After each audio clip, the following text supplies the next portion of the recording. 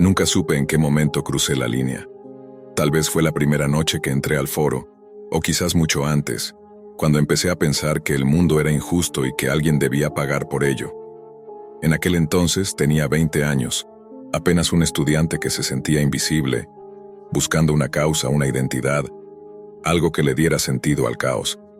Lo que encontré en la Deep Web fue una comunidad que me hizo sentir visto, escuchado y, sobre todo, necesario. Todo comenzó con un enlace Onion que un usuario anónimo compartió en un chat cifrado. Decía, para quienes aún creen en la frontera. No entendí el mensaje, pero la curiosidad pudo más que la prudencia.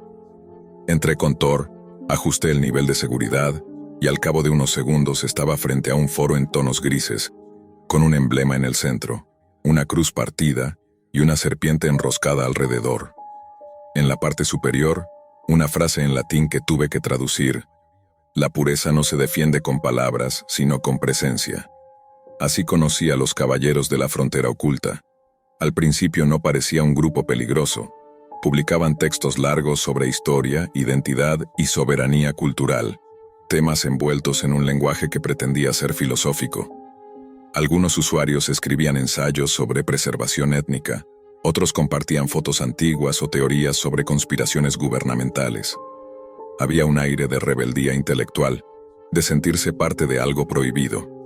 Yo leía, respondía y sin darme cuenta, empecé a creer que pertenecía a algo más grande. Con el tiempo los hilos del foro comenzaron a cambiar de tono. Las discusiones dejaron de ser abstractas y pasaron a enfocarse en acciones necesarias para recuperar el control. Había usuarios que hablaban de enemigos visibles, de traidores internos, de figuras corruptas que merecían ser desenmascaradas. Lo que al principio eran debates teóricos se convirtieron en catálogos de odio cuidadosamente disfrazados de patriotismo. Uno de los moderadores, conocido como Acre, era especialmente carismático. Siempre escribía en mayúsculas, como si gritara a través de la pantalla. Decía cosas como: no somos violentos, somos el reflejo de un mundo que nos teme. Y yo lo creía. Cada palabra parecía tener sentido. Cada frase era una descarga emocional que me hacía sentir parte de una hermandad invisible. Poco a poco empecé a recibir mensajes privados. Algunos usuarios me pedían ayuda para traducir documentos, otros me compartían enlaces externos con archivos comprimidos protegidos por contraseña. Decían que eran materiales de estudio o evidencias del control mediático. Cuando los abría, encontraba carpetas con nombres cifrados y dentro, fotos borrosas de personas comunes, direcciones IP, capturas de redes sociales, documentos personales. Todo parecía real, demasiado real. En el foro comenzaron a circular los llamados hilos de misión. Eran publicaciones en las que los usuarios compartían información sobre individuos específicos. No eran políticos ni celebridades, eran personas cualquiera. Los mensajes decían cosas como: este traidor trabaja en tal empresa, o esta mujer pertenece a un grupo que destruye nuestra frontera.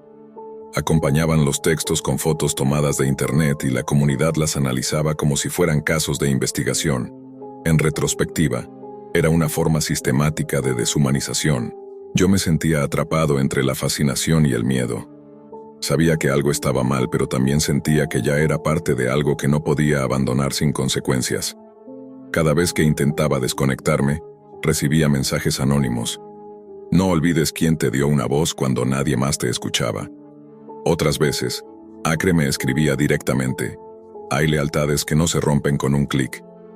Una noche, mientras navegaba entre los hilos del foro, vi un nuevo tema fijado arriba del todo. El título era El Día de la Frontera. El post comenzaba con una frase: ha llegado la hora de pasar de la palabra a la acción. Dentro había un enlace a un archivo de video.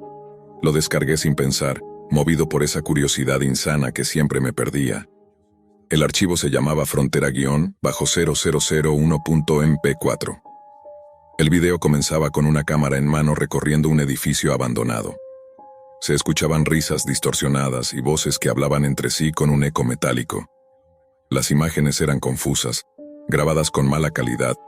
Vi sombras moviéndose, una figura con una máscara blanca, un mural pintado con la misma cruz partida del emblema del foro. En un momento, La cámara se detuvo frente a una mesa cubierta con mapas y documentos. Una voz, que juraría era la de Acre, decía: «Estamos haciendo historia. Nadie podrá borrar lo que comenzamos aquí». Apagué la computadora de golpe. Sentí el corazón acelerado. Algo dentro de mí supo que aquello ya no era una ficción. Durante días intenté borrar toda evidencia de mi conexión con el foro, pero cada intento era inútil. Mi bandeja de entrada se llenó de mensajes cifrados, algunos con archivos adjuntos que jamás abrí. En uno de ellos, solo había una imagen, una foto de mi ventana tomada desde la calle. Esa noche no dormí. El miedo me hizo racional. Comencé a documentar todo lo que podía sin ser detectado. Capturas de pantalla, fechas, nombres de usuario, fragmentos de mensajes. Descubrí que muchos de los miembros no eran simples fanáticos. Algunos usaban redes privadas de universidades, otros IPs de servidores extranjeros. Había conexiones con direcciones en Texas, en el sur del país, incluso en Europa del Este. Lo que antes me parecía un grupo de inadaptados virtuales, empezó a parecerme una red coordinada, meticulosa, con jerarquías internas. Fue entonces cuando decidí escribir lo que ahora estás leyendo. No como una confesión, sino como advertencia. La Deep Web no es un lugar donde la maldad se esconde. Es un espejo que amplifica lo que ya existe en la superficie. Gente normal, frustrada, con vidas vacías, que se convierte en monstruos cuando nadie los observa. Lo que más me atormenta no son las amenazas ni los recuerdos, sino el silencio que siguió. Después del video, el foro desapareció. Intenté ingresar con mis antiguas credenciales, y todo lo que obtuve fue un mensaje en blanco. El juramento no se rompe, solo se archiva. Creí que todo había terminado, hasta que una tarde recibí una carta física, sin remitente. Dentro había una memoria USB. La conecté en un entorno aislado, sin conexión. Dentro había un solo archivo de texto con un encabezado: Registro de la frontera 0002. Y en la primera línea, mi nombre completo. Desde entonces he cambiado de domicilio 3 veces. Vivo con las persianas cerradas, uso alias diferentes en cada red, y aún así siento que alguien sigue observando.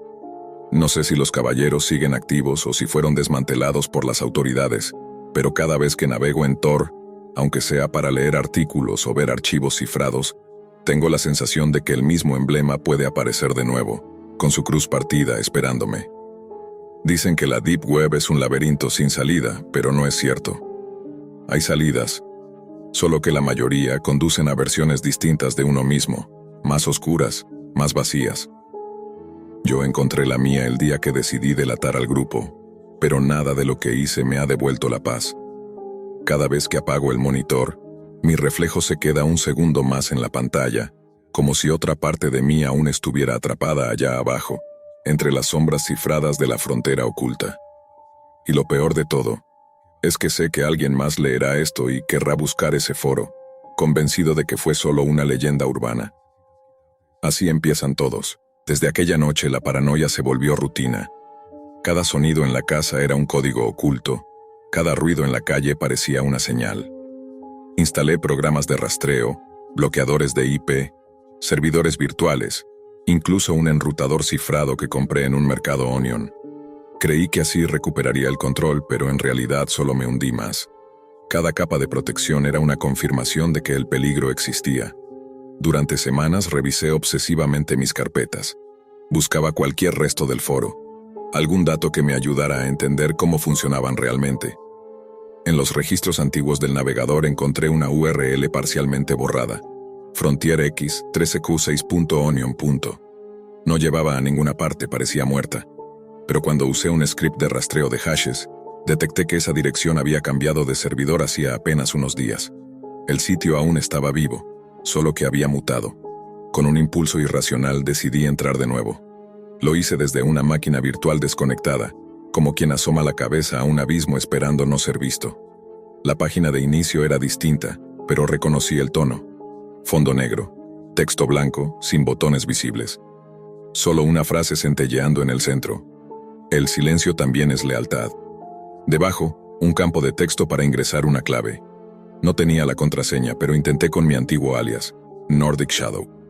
El sistema respondió con un sonido sordo y una nueva línea apareció. Bienvenido de nuevo.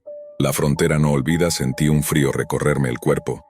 No sabía si había sido una coincidencia o si el servidor había almacenado mis credenciales desde años atrás. En la pantalla se desplegó una lista de hilos recientes. El más reciente llevaba por título Registro 0002, actualización de campo. Al abrirlo, aparecieron imágenes distorsionadas. No eran fotografías comunes, parecían capturas de videollamadas, de cámaras de seguridad hackeadas, fragmentos de correos electrónicos y documentos filtrados. Pero lo que me heló la sangre fue una carpeta llamada Observaciones Domésticas. Dentro había un video con mi nombre. Lo abrí sin pensarlo, y en la pantalla apareció la vista de mi sala, registrada desde un ángulo alto, como desde una esquina del techo. Era mi casa, mi sofá, mi taza aún sobre la mesa. El video tenía fecha de hacía 2 días. Me levanté de inmediato revisando cada rincón, buscando una cámara o cualquier dispositivo oculto. No encontré nada. Pero en ese momento comprendí que el control era una ilusión. No necesitaban estar en mi casa. Bastaba con tener acceso a mis dispositivos, a mis hábitos, a mis miedos. El miedo era su herramienta favorita. Durante los días siguientes las señales aumentaron. Una notificación vacía en mi correo, un mensaje anónimo en un foro que decía «Buen café el de las tardes», una llamada sin voz al amanecer. No eran amenazas directas, eran insinuaciones, recordatorios de que seguían ahí. Y cuanto más intentaba ignorarlos, más presentes se volvían. Volví a leer los documentos que había guardado antes de que el foro desapareciera. Entre ellos, había un mensaje que nunca había abierto del todo, un correo cifrado con el asunto «Protocolo Escudo». Logré descifrarlo parcialmente y el contenido me dejó perplejo. No era un plan violento ni un manifiesto político, sino una lista de nombres y coordenadas, acompañados de frases como verificar adhesión y evaluar credibilidad. Parecía un mecanismo de control interno, una forma de vigilar a los mismos miembros del grupo. Fue ahí cuando entendí algo aterrador. Los caballeros no solo cazaban a quienes consideraban enemigos externos, también se vigilaban entre ellos, eliminando a cualquiera que mostrara dudas o intentara abandonar la red. El silencio, su lema, era una advertencia más que una promesa. Esa revelación me hizo replantearlo todo. Quizás la carta que recibí, el video de mi sala, las fotos, todo formaba parte de su protocolo. Tal vez nunca planeaban hacerme daño físico. Tal vez su objetivo era algo peor, mantenerme preso en la paranoia, romperme desde adentro. Pasaron meses sin que tuviera contacto directo con nadie. Dejé mi trabajo, cambié de número y desactivé mis redes. Pero una noche, mientras navegaba en Tor por inercia, encontré algo que me heló. En un foro distinto, más pequeño, un usuario con el alias Acre Reborn publicó un mensaje. El que nos traicionó cree que escapó, pero la frontera no se borra, se reinicia. No decía mi nombre, pero lo sentí dirigido a mí. Cada palabra era una pulsación en el pecho. La publicación terminaba con una invitación, un nuevo enlace Onion. No lo abrí, aunque la tentación fue insoportable. A partir de entonces, empecé a ver patrones en todas partes. Nombres de usuarios en comentarios de videos, frases idénticas en foros de noticias, correos que parecían escritos por diferentes personas, pero compartían el mismo estilo. Los caballeros no eran ya un grupo cerrado. Se habían diseminado adoptando identidades nuevas, sembrando mensajes en todos los rincones del Internet oscuro. No necesitaban su viejo foro para seguir existiendo. Eran una idea, y las ideas no mueren cuando se apagan los servidores. Comencé a escribir este relato en parte como catarsis, en parte como registro. Pero mientras escribía, algo se repetía en mi mente. ¿Y si todo esto es una simulación dentro de su protocolo? ¿Y si lo que vivo ahora forma parte de su experimento social?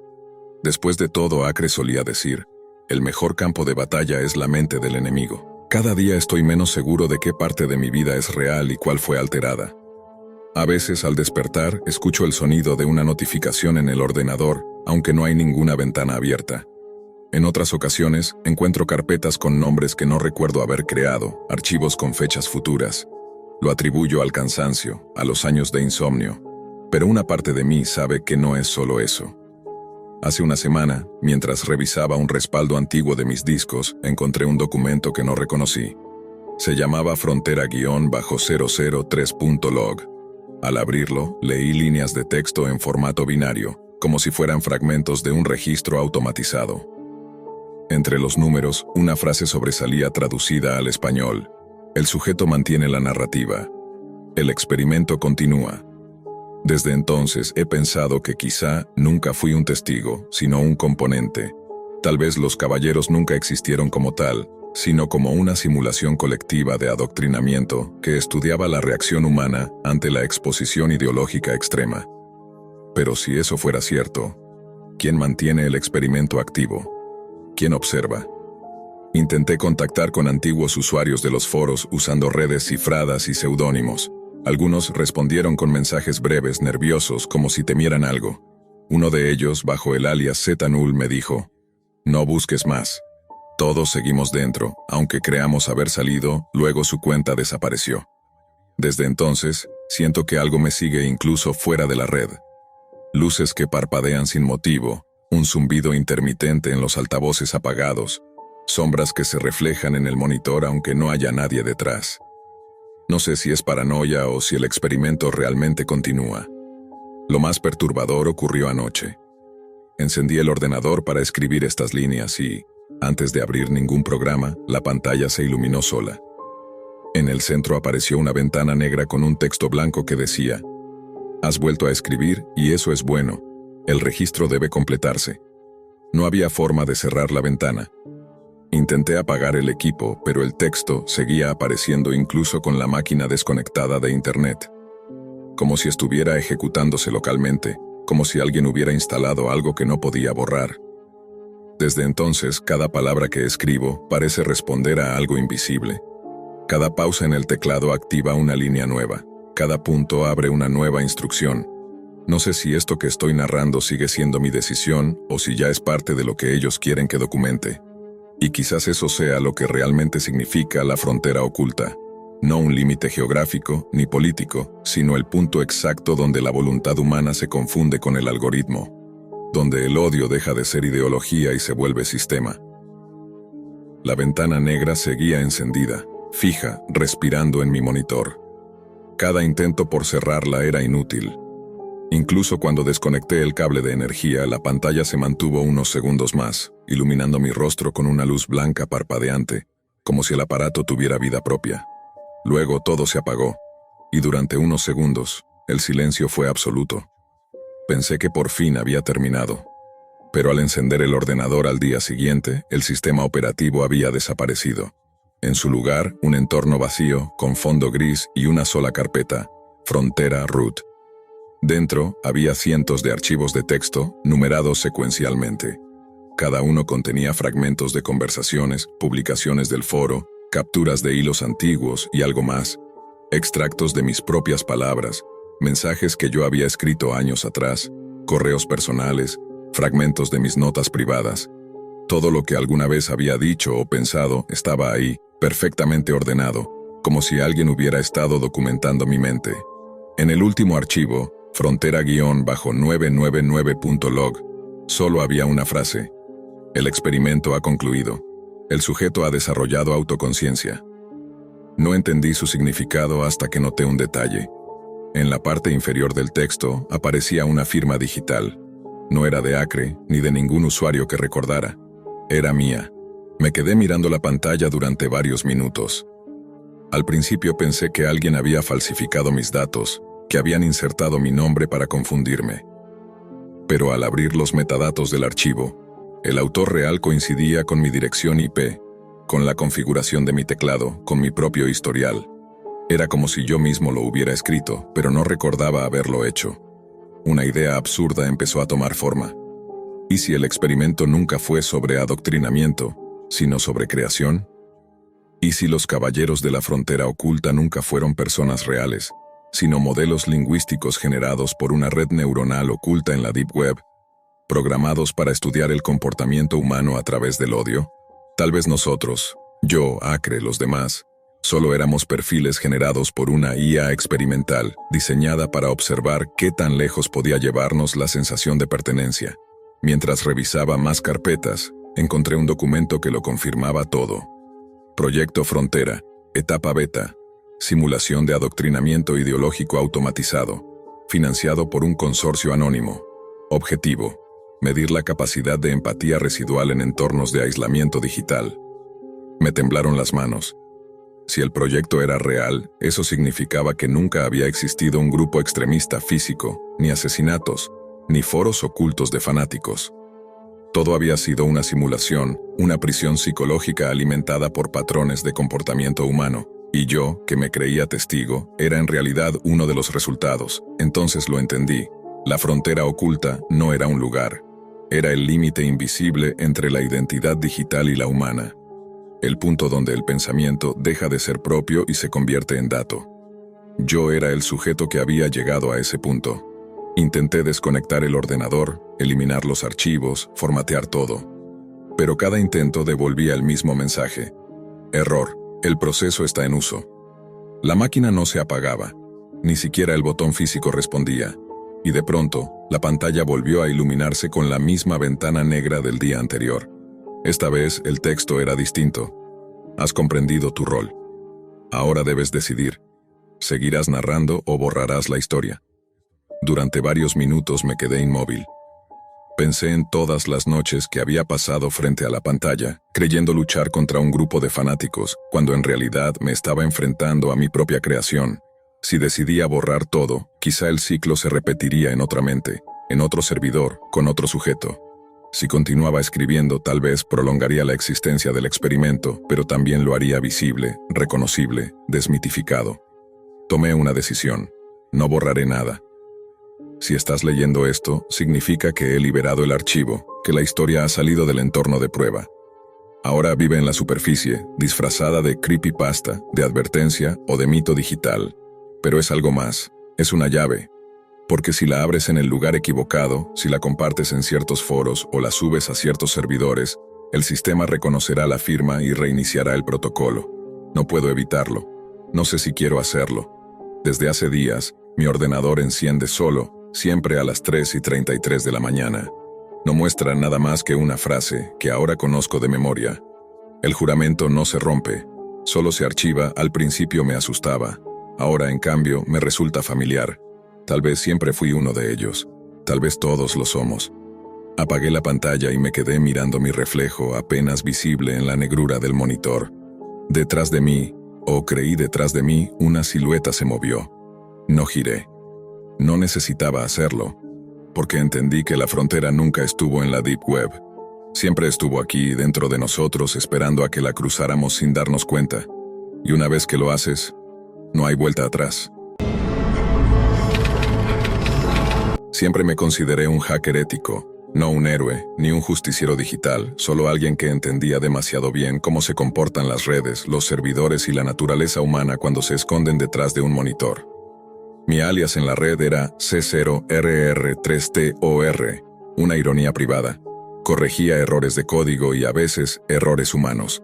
Durante años trabajé en auditorías de seguridad para empresas medianas, rastreando vulnerabilidades, escribiendo informes, cobrando por evitar desastres. Pero en las noches, cuando el insomnio mordía y el café sabía a metal, navegaba por la Deep Web, ese lugar donde el código se vuelve moralmente borroso y los principios se diluyen entre los bytes. Nunca fui un santo. A veces compraba microdosis experimentales, sustancias etiquetadas con siglas raras y empaques minimalistas que prometían alivio del dolor y de la memoria. No me enorgullece, pero me ayudaban a no pensar en la habitación de hospital donde perdí a mi hermano. Él era químico y su muerte estuvo relacionada con un ensayo farmacéutico controlado, que nunca fue documentado oficialmente. Desde entonces, desconfié de todo lo que se presentara como prueba, estudio o avance médico. Tal vez por eso, cuando descubrí aquel foro en un mercado Onion de segunda categoría, algo en mí se encendió. No era un hallazgo planeado. Estaba probando una herramienta de escaneo para identificar puertos vulnerables en servidores ocultos, una rutina inofensiva, hasta que uno de ellos devolvió una respuesta anómala. Un encabezado SMTP mal configurado, filtrando metadatos de usuarios activos. El servidor pertenecía a un mercado de drogas llamado The Labyrinth Market, un sitio con estética limpia, un logo de serpiente mordiéndose la cola y una interfaz tan pulida que parecía mantenida por ingenieros con demasiado tiempo libre. La vulnerabilidad era simple, un parámetro mal escapado en la API de correo interno. Bastaba modificar un campo senderID para acceder a bandejas ajenas. Lo hice sin pensar. En segundos tenía ante mí una cascada de mensajes cifrados, algunos triviales, otros con adjuntos comprimidos y contraseñas al pie. El protocolo dictaba que debía cerrar y reportar, pero algo me retuvo. Había hilos con títulos como Nueva síntesis sin intermediarios, lotes no rastreables, pruebas humanas bajo supervisión remota. La última frase me heló. Pensé en spam, en exageración, en lenguaje de vendedores que se creen científicos. Pero cuando descifré los primeros fragmentos usando una tabla de sustitución básica, el tono era clínico. Había reportes, dosificados en microgramos, con observaciones detalladas sobre comportamiento, temperatura corporal, dilatación pupilar, ansiedad y muerte súbita. Los textos estaban llenos de jerga química, nombres de laboratorios falsos y usuarios con alias como Echo Black, Drastra o Squart Line God. Entre las líneas encontré algo peor: listas, nombres, edades, direcciones incompletas. La mayoría adolescentes, algunos niños. Los identificaban como voluntarios de bajo riesgo. Había correos internos que hablaban de contactos externos que los reclutaban con la promesa de dinero rápido a cambio de pruebas de sustancias que no dejaban rastro orgánico. Y entre todos esos mensajes uno destacaba: asegúrate de que los nuevos sujetos sean saludables. El lote 7.3 falló por interferencias metabólicas. Necesitamos datos limpios antes del envío al socio europeo. Me quedé mirando la pantalla. Socio europeo. Datos limpios. No eran narcos callejeros jugando a la ciencia. Eran químicos con respaldo, probablemente financiados por alguien más grande. La idea me paralizó. Si descargaba algo de ese servidor, el simple acto me colocaba como cómplice. Pero no podía mirar a otro lado. Así que tomé notas manualmente: fechas, fragmentos, rutas Onion, identificadores de sesión. Lo hacía en papel para no dejar trazas digitales. A medida que profundizaba, el patrón emergía con claridad. Detrás de cada conversación técnica había una cadena de distribución: vendedores, distribuidores, intermediarios y, al final, entidades corporativas camufladas. Las pruebas sintéticas eran versiones experimentales de fármacos con potencial comercial, desechadas por las farmacéuticas tradicionales por riesgo de efectos secundarios graves. En los correos, discutían la posibilidad de revivir proyectos cancelados, aprovechando que el mercado negro ofrecía voluntarios imposibles de rastrear.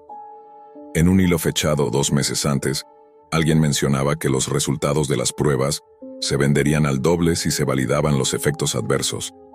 Era grotesco. Estaban convirtiendo el sufrimiento en un modelo de negocio, disfrazado de ciencia clandestina. Y lo peor, usaban el anonimato de la Deep Web como escudo moral. Intenté extraer parte de la base de datos, pero la red comenzó a reaccionar. Cada intento de conexión prolongada lanzaba alertas de autenticación. El sistema tenía un mecanismo de autodestrucción. Tras 3 accesos no autorizados, ejecutaba un script que borraba logs y corrompía directorios. Logré interceptar parte de la ruta del script, un archivo llamado Cleanup Omega S, antes de perder la conexión. Reinicié mis herramientas, pero el servidor desapareció del mapa Onion, como si nunca hubiera existido. En mi paranoia, revisé mis dispositivos. No había malware, pero noté algo extraño: un proceso desconocido enviando solicitudes DNS cifradas hacia direcciones aleatorias. Intenté rastrearlo, y en los paquetes encontré fragmentos de texto: If you saw it, it saw you. Creí que era un mensaje insertado deliberadamente, una firma de advertencia, o una amenaza. Las noches siguientes fueron un infierno. No podía dormir. Cada ruido en mi apartamento me sonaba a ventilador de servidor. Cada reflejo en la ventana parecía una cámara. Empecé a escribir un informe detallando cada paso, cada línea de código, cada hallazgo. Lo firmé con mi alias y lo subí, cifrado, a un subreddit oculto donde otros hackers éticos compartían vulnerabilidades críticas. No tardó en recibir atención. Varios usuarios comentaron que también habían detectado rastros de ese mercado: direcciones Onion recicladas, hashes de archivos idénticos en otras redes, incluso una supuesta conexión con un clúster de servidores en Europa del Este. Pero lo que me inquietó fue un comentario anónimo: si accediste al correo, ya estás en sus logs. Ciérralo todo. No hice caso. Tenía que entender quiénes estaban detrás. Comencé a cruzar los metadatos de los mensajes que había guardado en papel con registros públicos de servidores comprometidos. En uno de ellos, hallé una coincidencia con un dominio corporativo, una farmacéutica disuelta hacía 6 años, Syntera Biomed, cerrada por problemas éticos en estudios clínicos. Busqué en archivos antiguos y descubrí que el director de investigación, un tal Dr. Nathan Weird, había sido acusado de manipular resultados de toxicidad en compuestos experimentales. Nunca fue condenado, solo desapareció. El nombre apareció varias veces en los mensajes internos del mercado, bajo el alias Dr. Astra. Su escritura era metódica, distante. En un mensaje cifrado parcialmente legible decía: el problema de los ensayos humanos no es la moral, es la trazabilidad. Si eliminamos la variable de identidad, el progreso es inevitable. Aquella frase me obsesionó. Pensé en mi hermano. Pensé en los niños listados en esos archivos. Pensé en mí, tecleando desde la oscuridad, usando la misma red que ellos para justificar mis propios escapes químicos. ¿Dónde estaba la línea que separaba al hacker ético del cómplice silencioso? Decidí denunciarlo oficialmente. Preparé un paquete cifrado para la unidad de delitos informáticos, con la ubicación Onion, el nombre de la farmacéutica y los fragmentos manuscritos. Pero cuando fui a enviar el correo, el servidor me devolvió un error. Attachment corrupted, sender flagged. Intenté desde otra cuenta. Lo mismo. Horas después, mi proveedor me notificó actividad inusual en mis redes. Mis dispositivos fueron bloqueados preventivamente por comportamiento sospechoso. Me habían identificado. O peor aún, alguien había intervenido mis comunicaciones antes de que llegaran a la policía. En los días siguientes, The Labyrinth Market se desvaneció por completo. Los enlaces Onion quedaron inactivos. Los mirrors fueron reemplazados por páginas en blanco con un solo símbolo: la serpiente mordiéndose la cola. Algunos usuarios en foros de ciberseguridad afirmaban que el cierre había sido voluntario, parte de una migración. Otros que se trataba de una purga interna tras una filtración. Nadie coincidía, pero yo sabía que no era un simple cierre. Era una autolimpieza, un borrado quirúrgico de rastros ejecutado con precisión de laboratorio. Esa noche recibí un archivo anónimo sin remitente, llamado proofs.log. Lo abrí en una máquina virtual aislada. Dentro había una sola línea de texto: todo experimento necesita un observador. Tú ya lo eres. Mi respiración se detuvo. La línea no era una amenaza directa, era una constatación. Desde ese momento entendí que no solo había visto algo prohibido, me había convertido en parte de ello. Mi curiosidad, mi moral ambigua, mi necesidad de entender lo que se oculta detrás del código. Todo me había llevado a ser un eslabón más de esa cadena invisible que une el conocimiento con la corrupción. Aún así, seguí buscando. Entre los fragmentos recuperados, encontré indicios de que los laboratorios no estaban en la red, sino dispersos en ubicaciones físicas protegidas por empresas privadas de seguridad. Los correos hablaban de transferencias de material de defensa, como medio de proteger la infraestructura. Eso implicaba algo más grande que un simple mercado negro. Una alianza entre crimen digital, farmacéuticas encubiertas y tráfico de armamento, todo sostenido por el anonimato cifrado de la Deep Web. No sabía qué hacer. Cada intento de exponerlos me acercaba más al abismo. Si hablaba públicamente sería desacreditado o peor, acusado. Si callaba, ellos seguirían operando. Así que elegí la única opción que me quedaba: registrar cada detalle, cada palabra, cada nombre, en un diario cifrado fuera de línea, protegido por un sistema de autenticación que solo yo podía descifrar. Y así, mientras la noche se filtraba por las persianas y las luces del router parpadeaban como ojos vigilantes, comprendí que lo que había descubierto no era solo una red de crimen, sino una grieta en la naturaleza humana. El deseo de crear, aunque eso implique destruir. De avanzar, aunque eso suponga borrar lo que consideramos moral. Desde entonces mi alias C, 0RR3TOR, ya no me parece una ironía. Es un recordatorio, porque corregir un error implica primero reconocer que uno lo ha cometido. Pasaron semanas. El mundo físico empezó a parecerme una extensión torpe de los protocolos que conocía. Los semáforos eran variables de flujo, la gente en la calle, procesos que se ejecutaban sin saberlo.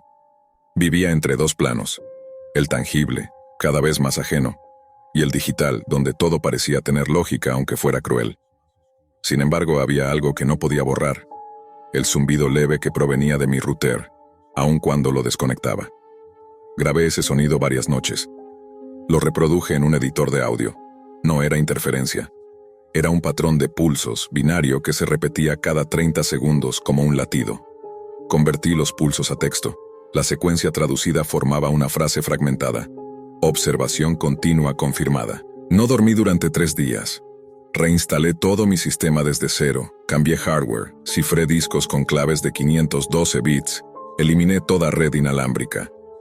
Pero el patrón seguía apareciendo, incluso en equipos aislados.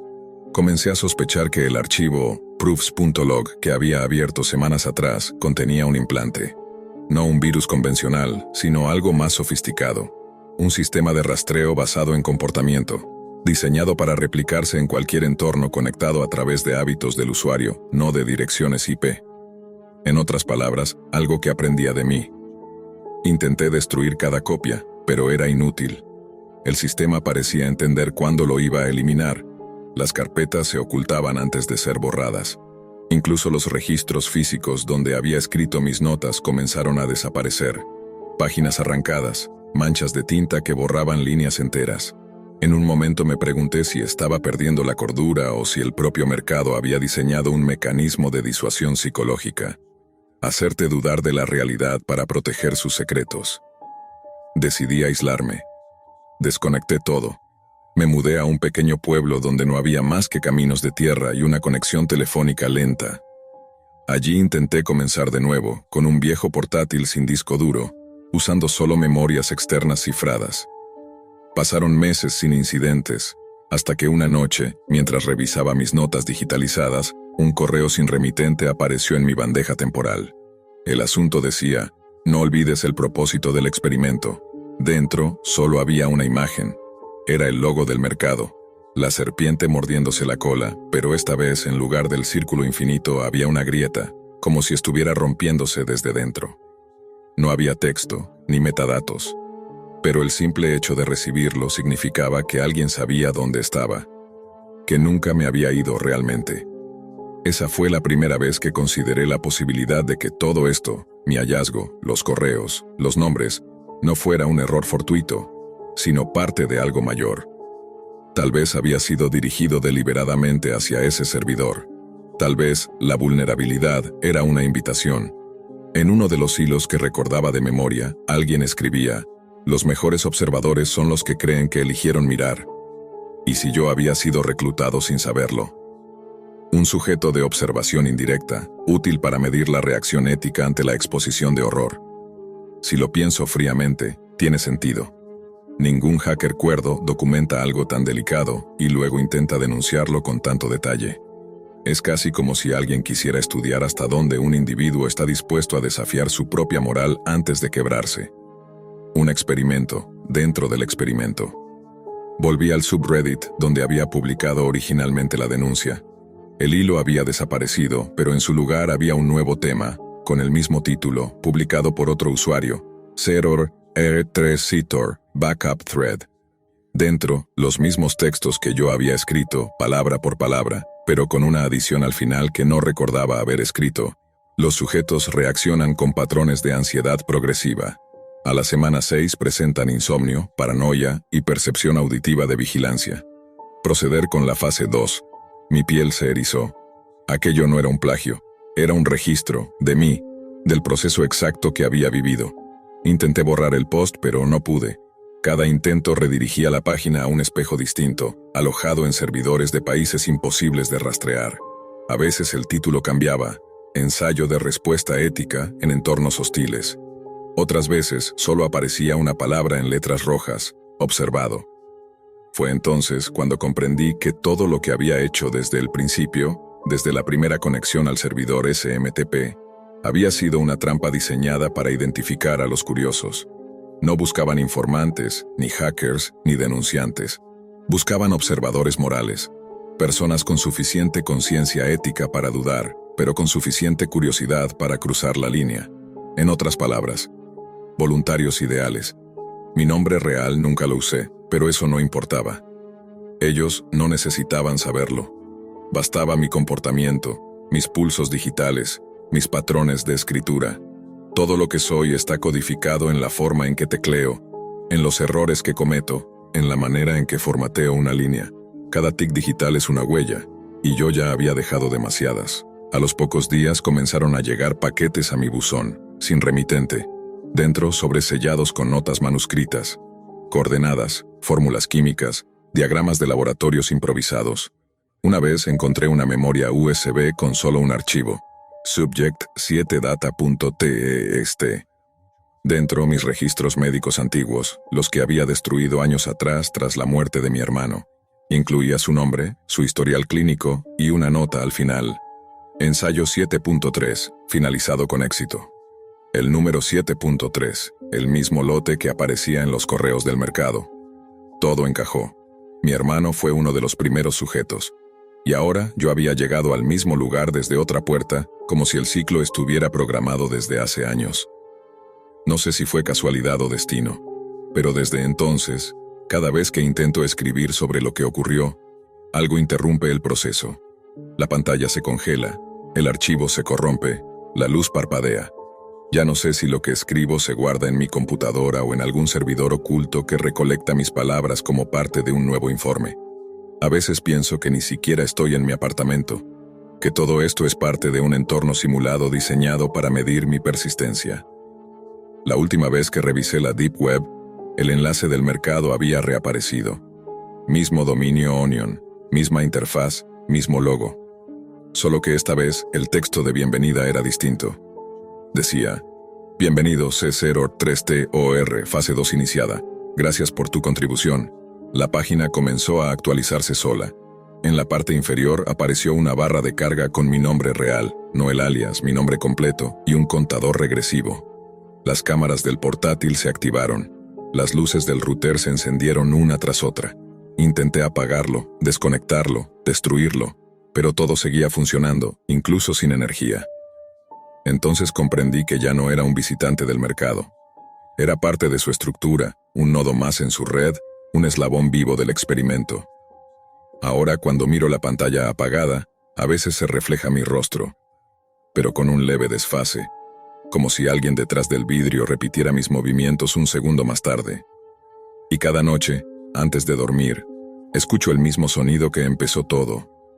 Un zumbido intermitente, binario, que se repite sin fin. Observación continua confirmada. La historia comenzó con una simple curiosidad adolescente. Derek, de 17 años recién cumplidos, vivía en un suburbio pequeño y monótono de Virginia Occidental, donde los días se repetían como líneas de código sin cerrar. Su vida oscilaba entre el colegio, los videojuegos piratas y los foros de tecnología que le abrían la mente a un universo más grande que su propio barrio. Fue allí, en un hilo perdido sobre criptomonedas, donde vio por primera vez la palabra Bitcoin. Un usuario anónimo decía haber pagado una pizza con monedas digitales que no existían físicamente. Otro le respondió con insultos. Y un tercero mencionó algo llamado Tor, una red donde todo era posible. Esa noche, mientras sus padres dormían y el router emitía su luz verde como un ojo insomne, Derek descargó Tor. El navegador parecía una puerta vieja, austero, sin logos, sin rastros de diseño moderno. Cuando ingresó, lo primero que sintió fue vértigo. No había colores ni anuncios, ni nada que recordara al Internet que conocía. Solo texto plano, enlaces rotos y títulos que parecían escritos por fantasmas. The Market, Anonymous Services, Cryptosgate, Deadpool Forum. Entró en uno de ellos, un foro primitivo que olía a mugre digital. En la sección de Economía Anónima había cientos de publicaciones con precios en BTC, direcciones Onion, códigos en PGP y conversaciones entre vendedores de productos que nunca deberían venderse. Derek, inocente, no entendía casi nada. Le pareció el lugar perfecto para aprender, así que creó una cuenta improvisada. KidMiner 1994. Escribió su primer post con una mezcla de nervios y entusiasmo. Hola, soy estudiante. Estoy haciendo un reporte sobre Bitcoin. ¿Alguien puede explicarme cómo funciona? Presionó enviar y esperó. Al cabo de minutos, las respuestas comenzaron a caer como cuchillos. ¿Qué haces aquí, niño? Mándame tu PayPal y te envío BTC, jajajaja. ¿Tienes tarjeta de crédito de tus papis? ¿Podemos ayudarte? ¿Reporte escolar? Qué tierno. Derek sintió el rostro arder. Iba a borrar el post cuando vio un mensaje privado de un usuario con nombre inquietante. Dark to Dust. El asunto decía: no preguntes eso aquí. El mensaje era largo, meticulosamente escrito, sin errores de ortografía. El usuario le explicaba con detalle qué era la blockchain, cómo las transacciones eran bloques encadenados que nadie podía modificar, cómo los mineros verificaban cada operación, cómo el valor del BTC crecería exponencialmente cuando la gente entendiera su potencial. Terminaba con una advertencia: no vuelvas a entrar a esta parte de la red, no todo lo que brilla es criptomoneda. Y luego la postdata que congeló su sangre: PD, copia esto, guárdalo y sal de la Deep Web. Si te veo de nuevo sabré que eres Derek D. de Ashburn, Virginia Occidental, y vendré por un riñón tuyo. Se venden bien aquí y a tu edad uno extra no duele. Derek parpadeó. ¿Cómo sabía su nombre? ¿Cómo sabía su ciudad? ¿Era un truco? El miedo le atravesó como un virus.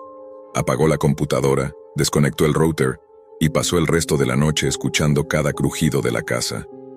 Durante días no habló del tema, pero cada vez que encendía el ordenador, tenía la sensación de que alguien lo observaba desde dentro de la pantalla. No había iconos nuevos, ni ventanas emergentes, ni rastros visibles de hackeo, pero algo en el aire digital se sentía contaminado. Aún así, antes de formatear la PC, guardó el mensaje de Dark to Dust en un pendrive. Algo en su tono no era solo amenaza. Había conocimiento real detrás de esas líneas. Pasaron los años. Derek estudió informática, luego ingeniería en sistemas. Aprendió sobre criptografía, sobre redes descentralizadas, sobre cómo una simple cadena de bloques podía cambiar la economía del mundo. Invirtió sus primeros ahorros en Bitcoin cuando valía apenas unos $. En silencio prosperó. Cada vez que veía el gráfico ascender, recordaba aquella advertencia. Dark to Dust. El nombre era como una sombra detrás del progreso, una voz que decía: aprendiste, pero nunca olvides dónde lo hiciste. Una década después, cuando Bitcoin ya era tema de noticieros y de inversionistas serios, Derek había acumulado lo suficiente como para no preocuparse por el dinero. Sin embargo, algo en su mente seguía atado a esa noche. A veces se preguntaba si Dark to Dust seguía vivo, o si había sido parte de una leyenda urbana más. Hasta que una madrugada, mientras navegaba en su portátil con una conexión VPN de última generación, decidió volver. No por necesidad, sino por impulso, por esa curiosidad que lo había llevado allí la primera vez. Instaló Tor de nuevo. La interfaz había cambiado un poco, pero la sensación era la misma: el vértigo de lo prohibido. Intentó buscar aquel viejo foro. La mayoría de los enlaces Onion estaban caídos, pero algunos espejos parecían seguir vivos. Encontró uno con un nombre familiar: CryptosGate 3.0. El diseño era más moderno, aunque mantenía el anonimato absoluto. Sin pensarlo mucho, creó un usuario nuevo: DustKid 2025. Publicó un hilo sencillo: busco información sobre el antiguo usuario Dark to Dust. ¿Alguien lo recuerda? Durante horas nadie respondió, hasta que de pronto el post desapareció. En su bandeja de entrada apareció un mensaje: remitente, Deleted User 0x Dark Dust asunto. No preguntes eso aquí. Derek sintió el pulso acelerarse. El texto era idéntico al de hace 10 años, pero esta vez el tono parecía más personal.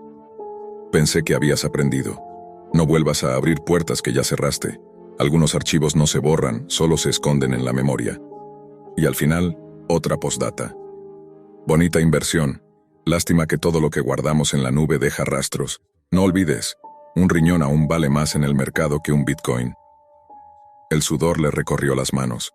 Desconectó el Wi-Fi, pero un sonido extraño lo hizo girar. La cámara de su laptop se había encendido sola. Una diminuta luz verde parpadeaba, como si alguien lo estuviera mirando desde el otro lado. Derek cubrió la lente con cinta negra y se quedó inmóvil. Había leído muchas historias sobre la Deep Web, sobre hackers que robaban identidades, sobre los mitos del rastreo inverso y los supuestos guardianes de los novatos, pero jamás pensó ser protagonista de uno. Intentó borrar todo, limpiar el historial, vaciar los discos, pero un archivo permanecía inamovible, escondido en una carpeta del sistema, system32/shadow_dust.key. Cuando intentó abrirlo apareció una ventana de texto con una sola línea. No puedes eliminar una lección que te salvó la vida. El archivo no tenía peso, no ocupaba espacio. Sin embargo, su presencia parecía infectar la máquina. El cursor se movía solo a veces, como si alguien tecleara desde un plano remoto. Las semanas siguientes, Derek empezó a recibir correos cifrados con direcciones Onion actualizadas, todas con referencias a Dark to Dust. En algunos había frases filosóficas sobre el anonimato y el valor de la información. En otros, mensajes en tono amenazante, escritos con un humor macabro. ¿Sabías que el cuerpo humano puede valer más en partes que entero? Los mineros no solo excavan criptomonedas, también excavan verdades. Derek se preguntaba si era una broma elaborada, algún experimento de ingeniería social. Pero lo inquietante era que cada correo venía firmado con una clave PGP que coincidía exactamente con la del antiguo usuario del foro original. La misma, la de hace más de una década. Empezó a rastrear el origen de los mensajes usando herramientas forenses, pero las rutas se desvanecían en túneles de cifrado imposibles. Todo apuntaba a un mismo punto final, un nodo Onion con coordenadas flotantes. A veces parecía estar en Islandia, otras en Rusia, otras en su propia ciudad. Esa coincidencia lo obsesionó, hasta que un día, tras semanas de insomnio, decidió seguir el rastro hasta el final. Se conectó a la red con una configuración personalizada, aislando procesos y simulando direcciones falsas. Quería encontrarlo, quería hablar con él, pero lo que halló fue peor que cualquier amenaza. En el último enlace Onion que abrió, apareció una interfaz minimalista, fondo negro, texto gris, sin botones, solo una línea centelleando. Welcome back, Derek. Apretó Enter. El sitio comenzó a desplegar una lista de nombres, ubicaciones y edades. Parecía una base de datos médica. En una columna se leían palabras que lo hicieron temblar. Sangre tipo O más, riñón izquierdo disponible, última actualización, 2015. Su propio nombre estaba allí, con su dirección, con su número de seguro social. Derek intentó cerrar la ventana, pero la página no respondía. La pantalla se oscureció. Un mensaje final apareció. Te dije que no volvieras. La curiosidad tiene un precio y justo antes de que todo se apagara, escuchó desde los parlantes una voz susurrante y metálica que decía su nombre, igual que la primera vez. Derek. El monitor se fundió en negro. El reflejo de su rostro quedó atrapado en el vidrio, pálido, mudo, paralizado entre el miedo y la fascinación. Desde esa noche, comenzó a circular un nuevo hilo en los foros Onion, firmado por un usuario desconocido. Dark_to_dust_reborn. El texto decía, no acepto alumnos nuevos. Ya tengo uno que nunca aprendió a desconectarse. Desde entonces, en las profundidades de la Deep Web, los usuarios susurran que Dark to Dust no es un hacker ni un administrador, sino un eco digital, un algoritmo construido a partir de miles de rastros humanos que alguna vez intentaron borrar sus huellas y fracasaron. Un guardián o un cazador, dependiendo de quién lo invoque. Algunos dicen que protege a los curiosos de sí mismos, otros juran que alimenta su red con cada nueva conexión imprudente. Derek desapareció de la red poco después. Sus cuentas fueron eliminadas, su portafolio de criptomonedas quedó intacto, pero sus dispositivos fueron encontrados formateados hasta el nivel del firmware, como si alguien los hubiese limpiado desde dentro, capa por capa. Los investigadores forenses digitales que revisaron el caso encontraron solo un archivo sobreviviente, dark_lesson.txt dentro, una sola línea. El conocimiento se paga con algo más que atención. Derek nunca olvidó la sensación de vértigo cuando abrió por última vez aquel enlace Onion. La base de datos que mostraba su nombre y dirección lo había dejado con el corazón en la garganta, pero había algo más profundo que miedo.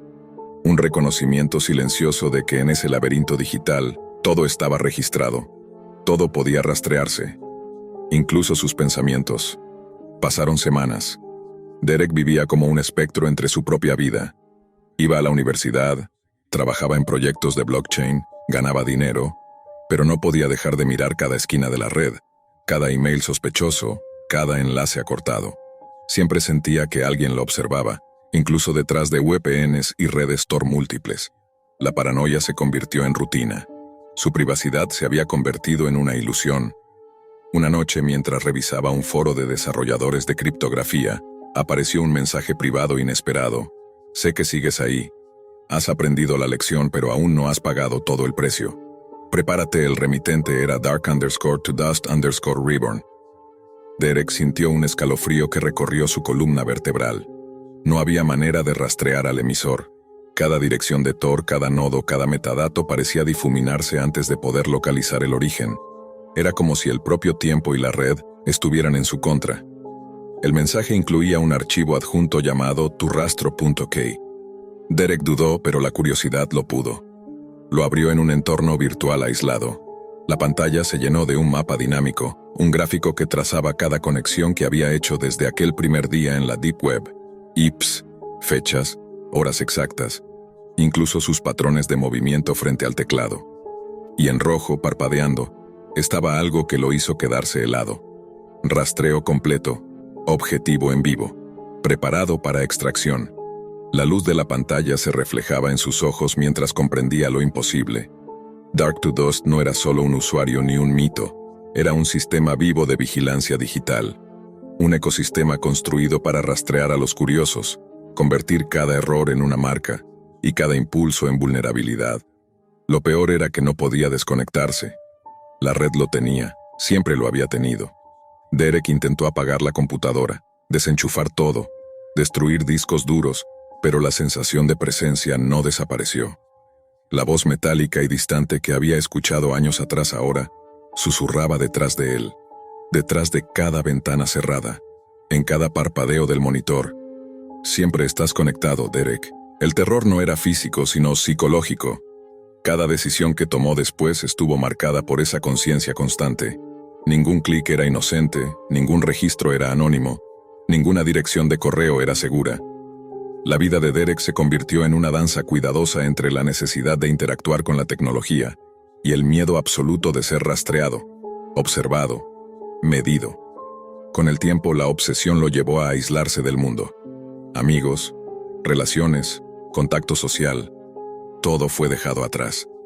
Sus únicas interacciones eran con la red, y con cada nuevo correo, cada nuevo hilo que aparecía de Dark2Dust, sentía la misma mezcla de respeto y terror que había sentido la primera vez. La amenaza de aquel riñón nunca fue física, pero el miedo a la exposición lo acompañaba como un tatuaje invisible en la piel de su conciencia digital. Al final, Derek comprendió algo esencial. La lección no era sobre Bitcoin ni sobre inversiones, ni siquiera sobre la Deep Web. Era sobre límites, vigilancia, la vulnerabilidad de la curiosidad y el precio de querer saber más de lo que el mundo estaba dispuesto a dejar que supieras. Dark2Dust no cazaba solo cuerpos, cazaba atención, rastros, obsesión. Y Derek, aunque había sobrevivido, siempre sería parte de su red, un alumno eterno de la lección más oscura que la tecnología puede enseñar. La curiosidad digital tiene consecuencias que trascienden la pantalla. Nunca volvió a usar Tor sin miedo. Nunca publicó en foros sin revisar cada metadato. Nunca olvidó que en la profundidad de la red, alguien o algo veía todo, incluso lo que él creía invisible. Y aunque su cartera de Bitcoin le aseguró libertad financiera, no le devolvió la libertad mental. En los foros de la Deep Web, los usuarios aún hablan de la historia de Derek D., del adolescente que preguntó ingenuamente qué era Bitcoin y que terminó siendo marcado por Dark2Dust. Algunos juran que la amenaza es real, otros creen que es leyenda. Pero todos coinciden en un punto: la Deep Web no olvida, y ciertos guardianes digitales no perdonan. El último hilo publicado, con cientos de comentarios en clave y cifrado PGP, termina con una advertencia que nadie se atreve a borrar. Recuerda tu lección. Dark2Dust está viendo. Siempre Derek desapareció del radar público. Sus cuentas desaparecieron. Los servidores no guardaban rastros. Pero en la oscuridad de cada nodo, en cada túnel Onion abandonado, se siente un eco persistente. Un nombre que susurra entre bits y bloques, recordando que la curiosidad, por inocente que parezca, siempre tiene un precio. Y así, la historia de Derek se convirtió en una advertencia eterna. Un recordatorio de que la Deep Web no es solo un lugar de secretos y ganancias. Es un territorio donde los guardianes digitales acechan, donde cada error se paga, y donde una simple pregunta puede marcar tu vida para siempre.